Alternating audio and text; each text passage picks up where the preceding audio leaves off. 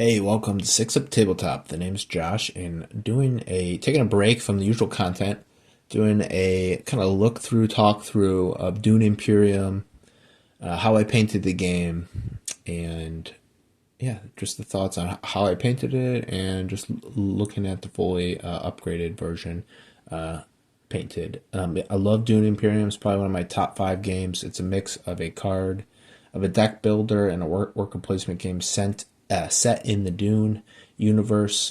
Very popular recently with movies, and the books have been out for a while by Frank Herbert and his universe. Yeah, it was just I never played the game before until a couple years ago, and I just slowly been painting the figures that came in the upgrade expansion, and really love this game and welcome you to take a look at how how I painted them upgraded, and let's hop right in. Alright, first we'll look at the upgraded alliance tokens. And what the alliance is you basically make an alliance. There's the Fremen, and this is the original cardboard token that gets replaced with the model in the upgrade kit.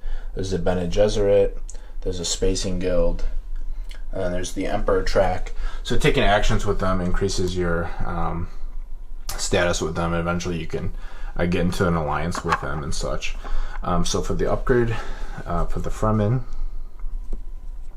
get that to focus, I just tried to paint it as close as I could to Stilgard. So one of the characters in the movie and within the game, and he's got his knife and the cloak and everything, and the blue eyes from his exposure to spice. So I was really happy with that one. For the Bene Gesserit, you can see the Siege Reverend Mother, and she has the test from the scene where Paul has to basically do his test of humanity. For the Spacing Guild, there's the Heighliner. So I painted that as if it was above a planet, and the Heighliner, at least from my understanding, is a Spacing Guild, and that it allows basically ships and stuff to travel, like space travel through the Heighliner.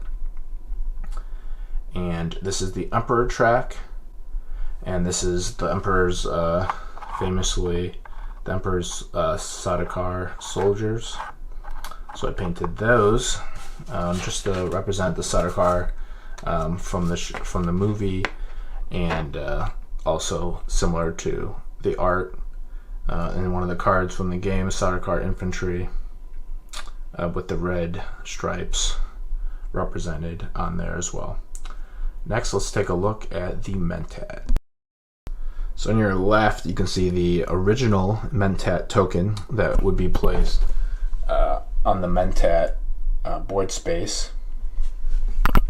Going back, we have the upgrade kit and their version of the Mentat. As you can see, I included a black little mark on his chin and the white eyes. I'm not huge into the Dune lore, but with the Mentats came about, they're basically like humans that operate as like supercomputers, because they had a thing with like computers taking over an AI and all that stuff, so that's banned. So now instead of having computers that are super smart, they just have humans that are made to be like computers. You can see from the films, but you can see Pyre de Vries, who is a Mentat for the House Harkonnen. You can see on his lip he also has the black marking. So I just wanted to make sure that was included in my Mentat to just continue the theme.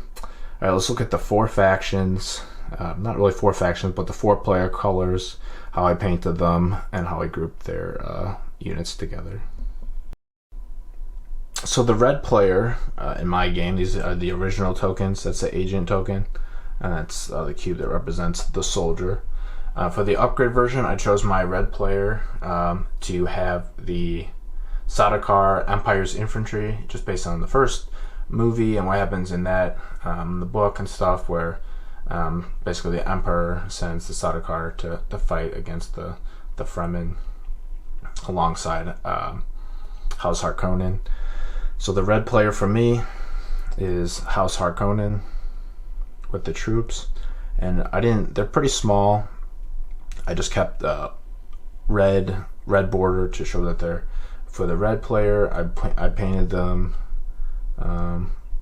just black using contrast paint, and then painted their heads white. And I think anybody familiar with the source material, I think that goes across really well with just showing them being House Harkonnen soldiers. So that's red player, and let's take a look at the green player.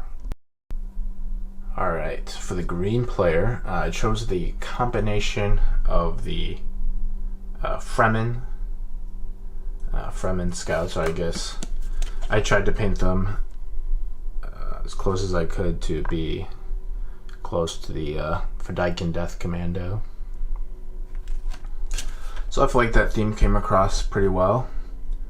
Happy how they turned out with they got their cis knives. And to pair with them, the soldiers, these were painted up in the armor of House Atreides.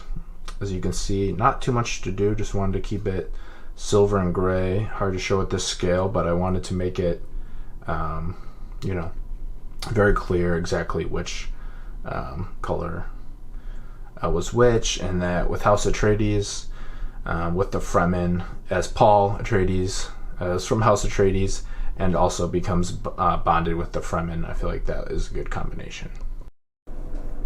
For blue player, less clear on the theme I wanted to go. I ended up choosing the Guild Ambassadors. I think just, at least from the movie, it always struck me just like an iconic scene, the Guild. Just looking a little out there, a little crazy. Just the white and the black outlining. I think that looks really good. For this, I just went with scheme, just blue. So I went with, these would just be soldiers from a different house that would be escorting the Guild Ambassadors. So I just stuck with blue and black as the theme to just really notate that for the blue player, those would be their soldiers, and the black ties in with the black on the Guild Ambassadors. So I think this is a pretty good combination for a blue player. And for yellow player, I went with the Bene Gesserit sisters, based on this card right here. Almost like the green khaki look. It's got some gold mixed in there, so that's kind of the theme I went with. The Bene Gesserit sisters. And then for their soldier look, this wasn't specifically tied to anything, but I wanted a color that was not associated with any of the other soldiers. So I went with, I typically use this player, the yellow, to represent like all the other houses within the lore and such. So, and houses like to be royal, so I just stick with the theme of purple and gold kind of being a royal color. I think the gold being close to a yellow and purple match well within the color wheel and such. So yep, this is what I have for yellow.